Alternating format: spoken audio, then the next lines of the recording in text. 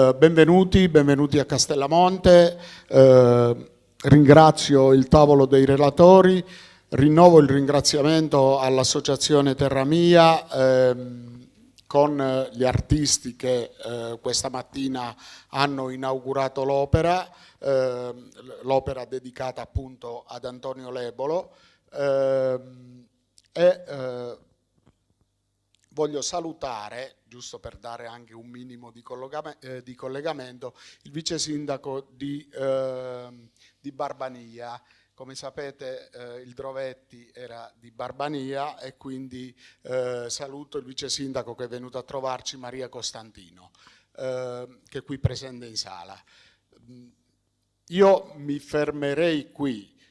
Vi dico solo che oggi è una giornata molto ma molto importante per la città di Castellamonte, per cui questa bella 3 giorni dedicata ad Antonio Lebolo, che ha la parte centrale, quindi tutta la giornata odierna, che vede la città di Castellamonte impegnata nel ricordo di questo signore che tante cose ha fatto e che adesso andremo a vedere, quindi io vi risparmio le mie parole, tanto le direte molto meglio di me voi, e quindi grazie e buon pomeriggio. Grazie al sindaco di Castellamonte Pasquale Mazza, Claudio Bettazza, assessore alla cultura. Adesso chiedo a lei che cosa direbbe Lebolo se ce l'avesse qui, a parte il grazie per aver permesso la giornata, visto che la cultura è... Io sottolineerei quanto le attività di Lebolo siano state inconsapevolmente per lui un volano per una serie di altre attività. Sono sicuro che lui non si immaginava durante la sua vita, durante la sua attività, quanto le sue attività avrebbero potuto incidere e sulle collezioni di reperti egizi in Italia e in tutta Europa, e quanto i reperti che lui ha trovato potessero diventare fondamentali per dottrine oltreoceano. E quindi sono contento e ringrazio anch'io gli organizzatori e tutti i relatori di questo convegno, perché noi siamo felici di poter approfondire la figura di un nostro concittadino che inconsapevolmente ha dato lustro e all'antico Egitto e a istituzioni che ancora oggi raccolgono persone in giro per il mondo. Quindi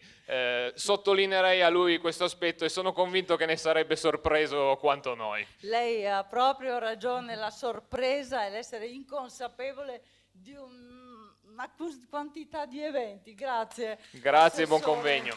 Emilio Champagne, presidente dell'Associazione Culturale Terra Mia, anche lei telegrafico, ha messo su insieme soprattutto questo legame tra il Piemonte, gli studiosi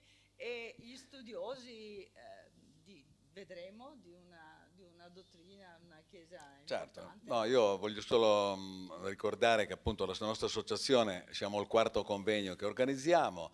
Questo qua è stato particolarmente laborioso per tanti motivi dovuti proprio anche ai partecipanti e tutto.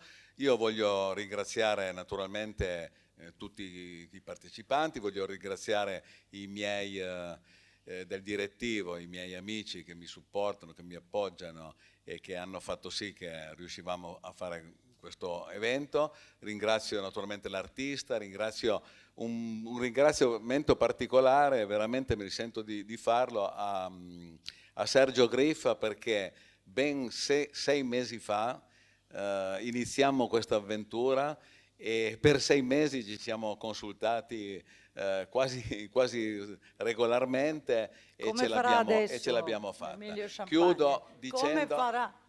Come farò adesso? Ne organizzeremo qualcos'altro. Ringrazio ancora le proprietà, la proprietà di Casa Lebolo, perché sono stati disponibili, siamo riusciti a fare queste cose qua e niente. E in piazza da questa mattina c'è un bel monumento che ricorda questo personaggio. Certo, difatti grazie all'artista e a tutti quanti. Grazie Emilio Champagne, presidente dell'Associazione Terra Mia. E adesso la parte... Come? la parte che arriva da oltreoceano. Scott Esplin, preside della facoltà Religious Education. Prego. Welcome. Lei parla in italiano e in inglese? In italiano. Sì. In italiano, perfetto. Come è stato detto, mi chiamo Scott Esplin e sono preside della facoltà di religione all'Università di Brigham Young. Grazie per aver ospitato me e i miei colleghi per questo evento speciale. Per chi che non conosce la nostra università, siamo tra le più grandi università religiose private degli Stati Uniti, con oltre 35.000 studenti provenienti da 105 paesi diversi. Siamo sponsorati dalla Chiesa di Gesù Cristo dei Santi degli Ultimi Giorni, una fede globale di circa 17 milioni di membri, di cui 28.000 qui in Italia, distribuiti in circa 100 congregazioni. La nostra Chiesa giunse per la prima volta in Italia nel 1859, proprio qui in Piemonte, nella vicina cittadina di Torre Pellice. Ho avuto la fortuna di vivere in Italia quasi 30 anni fa, per 2 anni, ed è stata meravigliosa per me per tornare da un popolo e un luogo che ho amato per molto tempo e celebrare i nostri legami tra la nostra Chiesa, la nostra università, il Museo Egizio di Torino e ora la comunità di Castellamonte. In questa occasione sono particolarmente emozionato di essere a Castellamonte per ricordare una persona che non è della nostra fede, ma che ha avuto un profondo impatto sulla teologia della nostra fede. Uno degli eventi fondamentali della nostra fede è stata la scoperta di un libro nel terreno del Stato di New York, negli Stati Uniti, tradotto dal nostro fondatore della nostra fede, Joseph Smith. Era un resoconto religioso degli antichi abitanti dell'America e si chiama il Libro di Mormon, dal nome di un profeta del libro. In una rivelazione data al fondatore della nostra Chiesa, Dio disse: "E manderò la rettitudine dal cielo e farò uscire la verità dalla terra, per portare testimonianza del mio unigenito, della sua resurrezione dai morti, sì ed anche della resurrezione di tutti gli uomini. E farò sì che la rettitudine e la verità spazzino la terra come un diluvio, per raccogliere i miei eletti dai 4 canti della terra." Noi crediamo che uno dei libri che è uscito dalla terra fosse il Libro di Mormon. Tuttavia, in un'altra rivelazione, il Signore aggiunse: "Ecco, ho altre annali che ti darò il potere di contribuire a tradurre." Nel lontano Egitto, Antonio Lobolo, nativo di Castellamonte, scopre un altro documento nel terreno, antichi papiri che, come discuteremo oggi, alla fine arriveranno negli Stati Uniti, dove il nostro fondatore Joseph Smith li tradusse in quello che crediamo fosse un documento del profeta Abramo. Così un figlio nativo di Castellamonte, Italia, diede un contributo alla fede del nostro movimento religioso. Sono grato per le amicizie che abbiamo condiviso in questi ultimi 2 giorni, per l'opportunità di imparare da voi e di celebrare il nostro comune interesse per la religione e la storia. Grazie.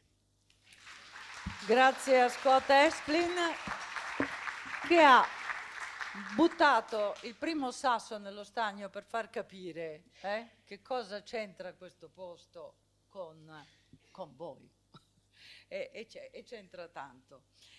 Morgan Tonnon, presidente del Palo di Alessandria, benvenuto, della Chiesa di Gesù Cristo dei Santi degli Ultimi Giorni, e anche lui rappresenta ovviamente la parte religiosa di questo incontro molto particolare. Grazie dottoressa, è un piacere per me essere qui oggi. Sì, non sono mai stato a Castellamonte, ma oggi ho vissuto un'esperienza che mi sta legando a questo territorio. Noi della Chiesa di Gesù Cristo dei Santi degli Ultimi Giorni abbiamo il piacere di stringere legami con ogni comunità, religione, organizzazione, associazione, qualsiasi qualunque essa sia. Voglio anch'io porgere i miei ringraziamenti a tutti e mi associo a quelli che sono stati Infatti potrei elencarli tutti, ma l'amministrazione comunale, nella persona del sindaco e tutti gli altri suoi assessori e collaboratori, l'associazione culturale Terra Mia, Emilio Champagne e tutti quanti i suoi collaboratori, i nostri professori da BYU, l'archeologa e l'egittologa sono veramente, e la moderatrice, grazie veramente. Questo è un evento speciale per noi. In qualità di guida religiosa e spirituale della Chiesa di Gesù Cristo, dei santi degli ultimi giorni, voglio però lasciare anche un messaggio un po' più spirituale legato ad Antonio Lebolo. Probabilmente inconsapevole per certi aspetti, oggi sicuramente consapevole. Egli era un archeologo, un ricercatore, uno scopritore. E il mio invito a ognuno di noi è di seguire un po' il suo esempio, nel ricercare, nello scoprire, nell'approfondire, spendere il tempo per studiare e trovare conoscenza, verità, opportunità, che siano di questa terra, che siano del cielo, oltre questa vita. Sono grandiose le opportunità, perché queste ci porteranno alla conoscenza della verità e della felicità. D'altronde la conoscenza ci deve portare alla felicità, non può essere fine a se stessa. Voglio pertanto incoraggiare me stesso e tutti noi. Oggi io, in questo fine settimana, sto imparando cose nuove, straordinarie, e creando legami con persone e individui speciali. Voglio quindi ringraziarvi e sono lieto di poter partecipare da adesso in avanti. Grazie a tutti. E questo, grazie a Morgan Tonnon.